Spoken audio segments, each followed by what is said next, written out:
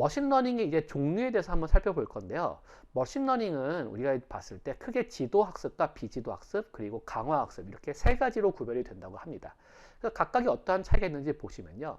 먼저 지도학습은 이제 가장 일반적으로 많이 사용되는 건데요. 우리가 컴퓨터에게 학습할 데이터를 제공할 때 정보와 함께 이 정보를 통해서 내린 어떠한 판단을 내릴 거 아니에요. 그럼 그 판단에 대한 정답지를 같이 주는 겁니다. 네. 예를 들면은 우리가 데이터를 보고 요게 데이터입니다. 개인지 고양인지를 맞추는 문제가 있다고 치면은 얘는 멍멍이 강아지고 얘는 고양이다 라는 정답을 함께 주는 거죠. 그래서 그걸 우리가 이제 보통 레이블이라 부릅니다. 그래서 요 레이블을 데이터에다가 연결시켜 가지고 요 한꺼번에 얘는 강아지야 라는 정보를 컴퓨터한테 주는 거죠. 그러면 컴퓨터는 아 이렇게 생긴 애들이 강아지고 이렇게 생긴 애들이 고양이구나 이런 것들을 알게 돼서 요 둘 사이에 어떠한 패턴을 자기가 알아서 찾게 되는 거죠. 그런 식으로 컴퓨터를 학습시키는 것을 우리가 지도학습이라고 합니다. 네. 그래서 앞서 사용한 이제 아리스 데이터셋을 생각해 보면요. 지난 코스에서 사용한 거요. 그러면 꽃잎과 꽃받침만 보고 어떤 꽃인지 맞추려는 학습을 하는데 이때 우리가 해당했던 데이터는 꽃잎과 꽃받침의 길이와 너비에다가 얘네가 그게 어떠한 종류의 꽃에 속하는지 그것까지 같이 데이터에 있었죠. 그래서 그렇게 같이 정답을 같이 주기 때문에 얘는 지도학습의 일종입니다. 그와 비해서 이제 비지도학습이라고 있습니다.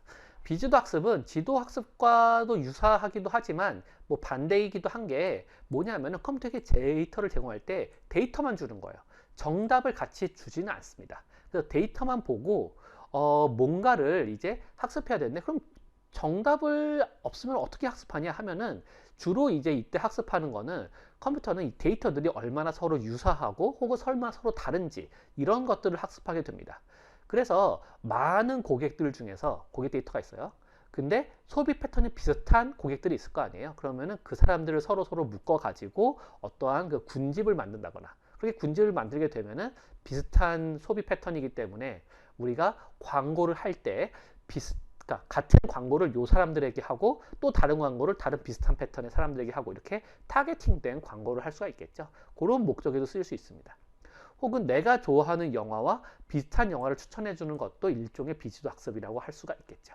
네. 그래서 우리가 이제 보는 뭐 넷플릭스라든가 혹은 뭐 홈쇼핑, 쿠팡 같은 데서도 내가 사고자 하는 것과 비슷한 것들을 계속 추천해 주죠. 넷플릭스도 마찬가지로 내가 보았던 영화와 유사한 영화들을 추천해 주죠.